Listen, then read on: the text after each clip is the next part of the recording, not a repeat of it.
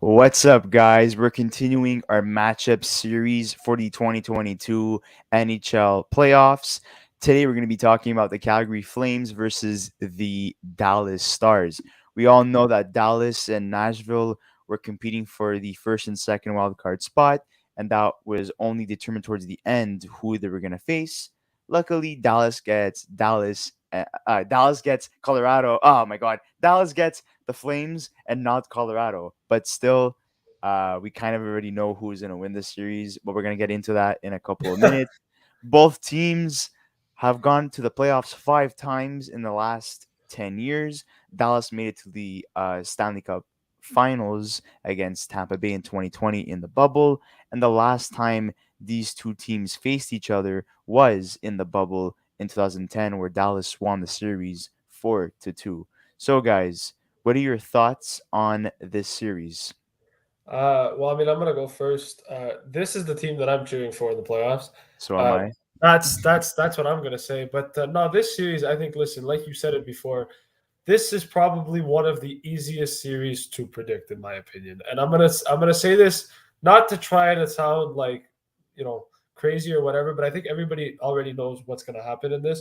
I just don't see any situation where Dallas stands a chance. I don't, and I'm not trying to Is it disrespect because Dallas you see them as a one-line team? I don't think they're a good team.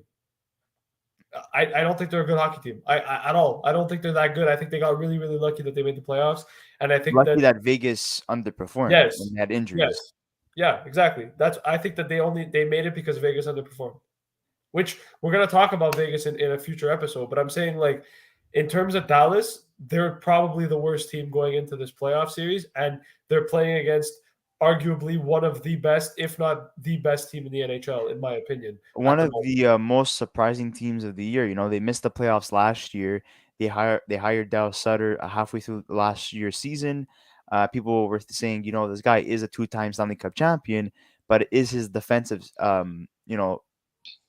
format of doing things gonna a style, yeah, gonna work out for the Calgary Flames? Well, luckily it has, Defense and wins games, buddy.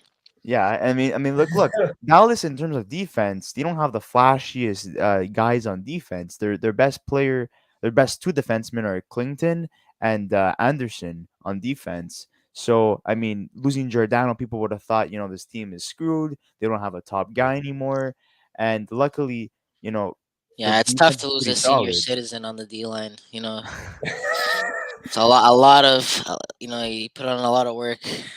Isn't it funny? Isn't Nah, it but Been it a was funny? it, captain for them for many years. honestly he's a good player, but I mean he you saw it going. He can't maintain that at how old is he? Like he's like 36, 37. 36, 37. So Don't tell that. Don't tell that to Leaf fans, huh? Don't tell that to Leaf fans.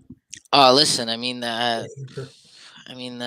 if people are saying that Tampa is going to three-peat again, you know what that means for the Leaf fans. For a seventh time, they're not making it Anyways, past the first round. but But no, going to Seven, Calgary, something like that. going to Calgary. I'm kind of happy with the moves that they made during the trade deadline.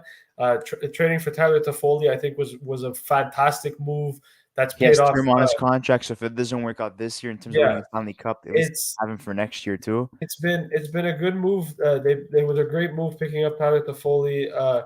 He's done a lot of really good things for them. He's played 23 games for them, 37 games for them, 23 points, which is pretty good. It's about the similar totals that he had in Montreal last year when he was in the playoffs and during the season. Another guy that I liked that they picked up was Kalle Yarncroke. I think he was another big addition to the team that I Yeah, think did very well. versatile piece, and he's so But happy to be cousins with Markstrom, who's yeah, having a fantastic season. I He's going to was be just about nominated to for say a that again. Vesna. If it's not Shesterkin that wins, I think Markstrom comes in as the second in votes. Goudreau career year, 115 points. It is his contract year, but again, I know there's like this whole stigma and stereotype about like players in their career year. They tend to go off because they want to get paid, but I mean, look, the guy who's scoring goals, he had 40 goals, 75 assists. It doesn't just happen like that. The guy's a talented hockey player. You have to chuck career year past his dad actually, in terms of points in his career for the best season. His dad had like 98 points, I think, total, or 99. The Chuck finished the season with 104. And people used to say, this guy is a goon. He doesn't have any skill. He's just a ball buster. well, guys, 104 points kind of tells you this guy is very talented with 42 goals, tied with Lindholm, who was acquired from the Hurricanes a couple years ago, 42 goals as well, 82 points. And Manjapane, career year, 55 points. You have Anderson, 50 points. So, you see that he took the mantle of Giordano in terms of being their top defenseman. A guy who flew under the radar, Noah Hannafin, he finished with 48 points. Like Dylan Dubé, 32 points. They added Blake Coleman, who won 2 Stanley Cups with Tampa Bay. So you have some championship pedigree there. Like a lot of key moves. Chris Tanev as well from Vancouver, they added as well. And what I like about this team is that there's a lot of past history with each player. Yeah, You even know, Casper the Ghost has been getting points. Sorry, Sean Monahan. Sean Monahan. Made Actually, a no, yeah. he mistake Well, there. actually no, he has it. 23 points in 65 games well, for a guy he's that's done been for playing. the. He's Well, not going to listen, I be. mean, hey, he has a lot more points than some of the guys on the Habs, So No, I get it, but the last 2 years, Monahan's been really, really bad. Yeah, So he's probably going to be a buy candidate, but there's no point of talking about him because he's not going to participate in this playoff yeah, he's series injured. or in the whole damn tournament. So forget about him. But like, they don't even need him to be honest. But like, you have that connection between Monahan and Toffoli where they were hoping that Monahan was going to play well because they added Toffoli because they played with each other in the juniors. That didn't happen, but Toffoli's still a good piece. You have the Markstrom, Lindholm, and Yankrock connection because they're all related. You have Toffoli and Lucic who play with each other in LA as well. You have Tanev as well, who has and Markstrom have a connection to Toffoli because they all three of them played in Vancouver. And you have Dal Sutter, who coached Toffoli in LA.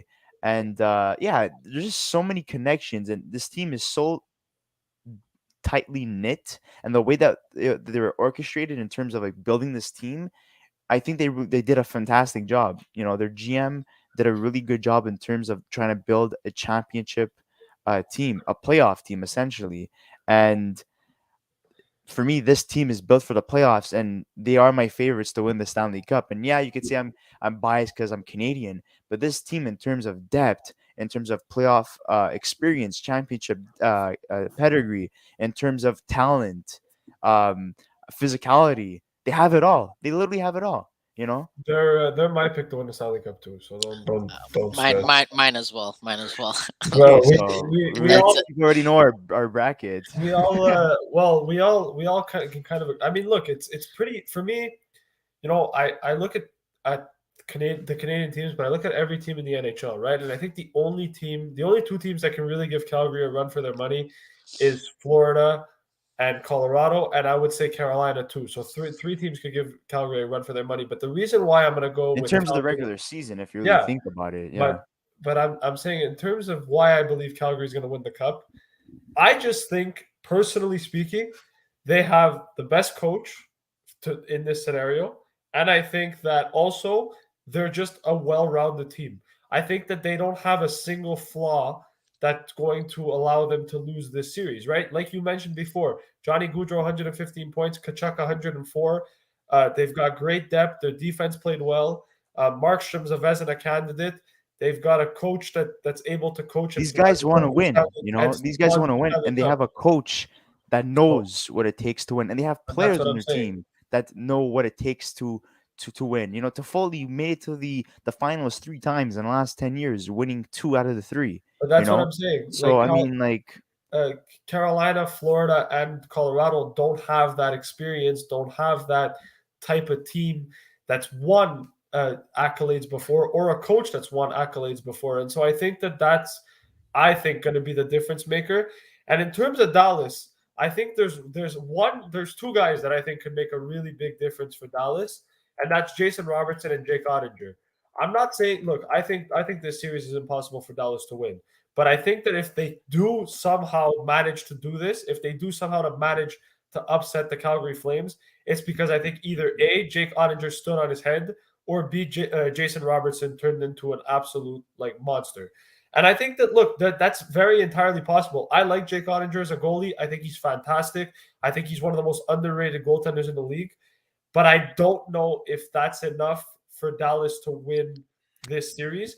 I think Dallas maybe steals one, If Holtby was there to kind of mentor him That's it. because he did win a Stanley Cup in 2018 with the Capitals, that would have kind of helped. But Holtby's done for the season, and you have a Wedgwood coming from Arizona, and let's just keep it simple here. He's I'm just upset almost at the an Dallas average Stars goalie. Oh, why are you upset at the Dallas Stars? because let's be honest. Do you think they're gonna win? Absolutely not. They're gonna get killed. They might get They're Like a one. let's one-line team. They're gonna Pavelski, Robertson, they're and Hintz. gonna That's get it. killed. They're probably gonna They get know one or they're two not gonna wins. make it far. They barely made it to the playoffs this season, and you still keep Klingberg, who wants to leave. I find that it's the dumbest thing. The worst move that any GM could make is to keep a rental, knowing that your season is a throwaway. There's no chance they win. There's no chance. You could clip this right now. Okay, there's no Oh chance yeah, no, I agree with that you on they that. win the There's no way. Stanley Cup. Even if they make it to the Stanley Cup Finals and lose, Their it's depth is not good enough, first of all. And when you have Their Jamie team is Benn, not good enough. Radulov, Their and team in Tyler general is not good Seguin, enough. like the wh- amount of pieces that you could have accumulated by trading away Klingberg. Yes, he wanted to leave, and probably would have gotten lowball, but the lowball offer would have been better than getting absolutely nothing and losing in the playoffs. like So this, both these, in terms of like people that are interested about like where do these teams match up. Going back to the regular season, Calgary against Dallas, 2-0-1. Dallas 1-2-0. So you ready? Calgary kind of has the edge, but like, I'm gonna repeat this again for the viewers. Regular season doesn't mean jack squat when it comes to playoff time. I And agree with that, but I'm gonna say one thing.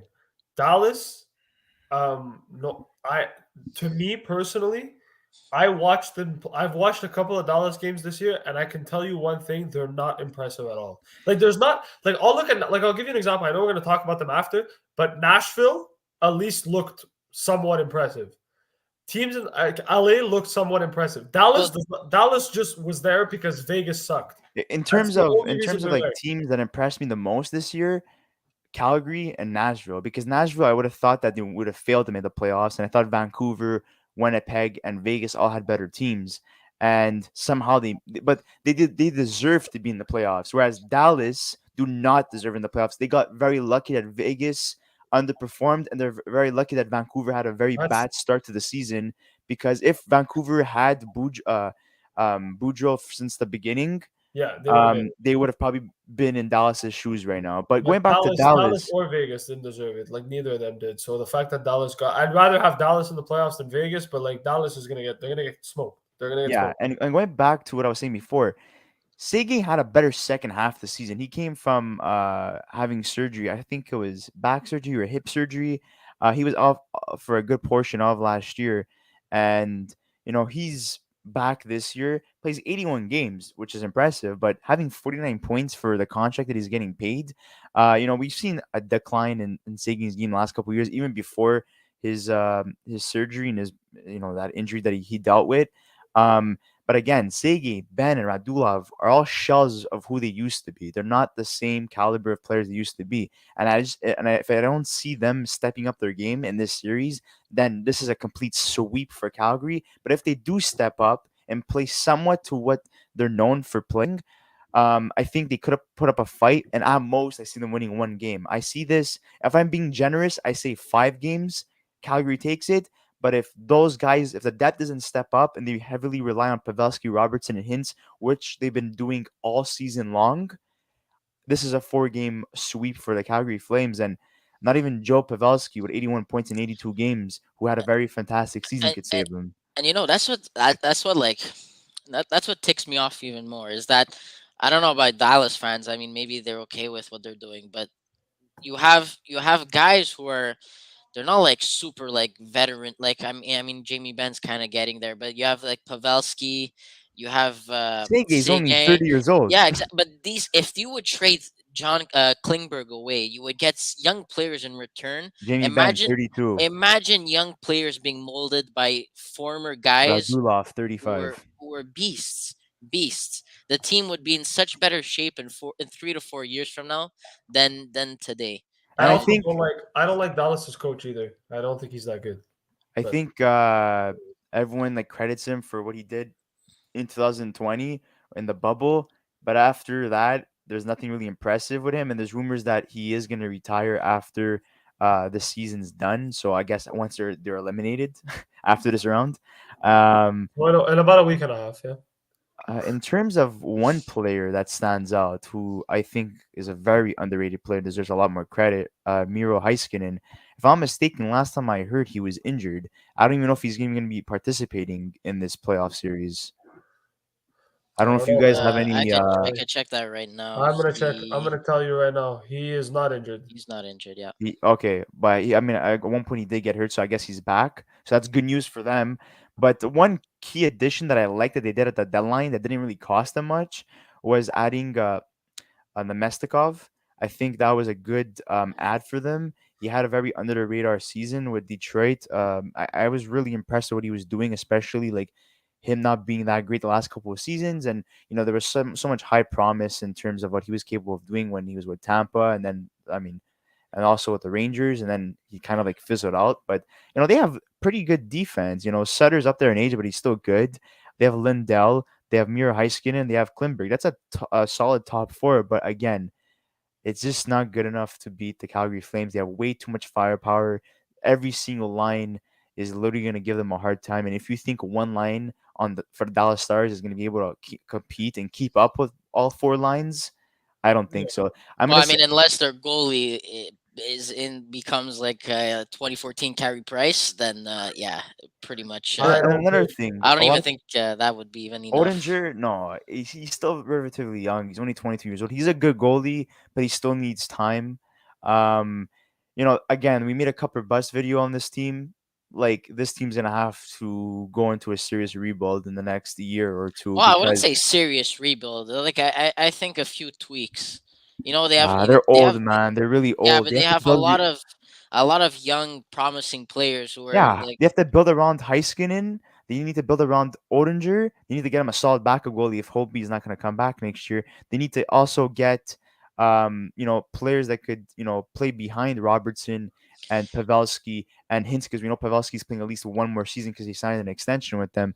But apart from that, Seguin, he's just going to stay there because I think he's honestly untradeable well, because of yeah, how he's playing. Sigain and Ben, but Yeah, because their contracts are but horrendous. listen, And they're not bad players. I mean, still 50, 40, 50 And I mean, points when I is when I say decent. horrendous, I mean they're horrendous in terms of the contract they signed. But overall, like they're decent hockey players. But Jimmy Benn was almost nominated for the Art Ross Trophy. He could have won it one year. That was like what 5 6 years ago. And you see that like now you make that comparison, he's far from that player that he once was. Like I don't know. I have no faith in But Dallas this could have all been whatsoever. fixed. All the problems you've mentioned that they need to acquire this and that could have all been fixed by just trading away Klingberg. Instead, the GM, I don't know if he sees something we don't see.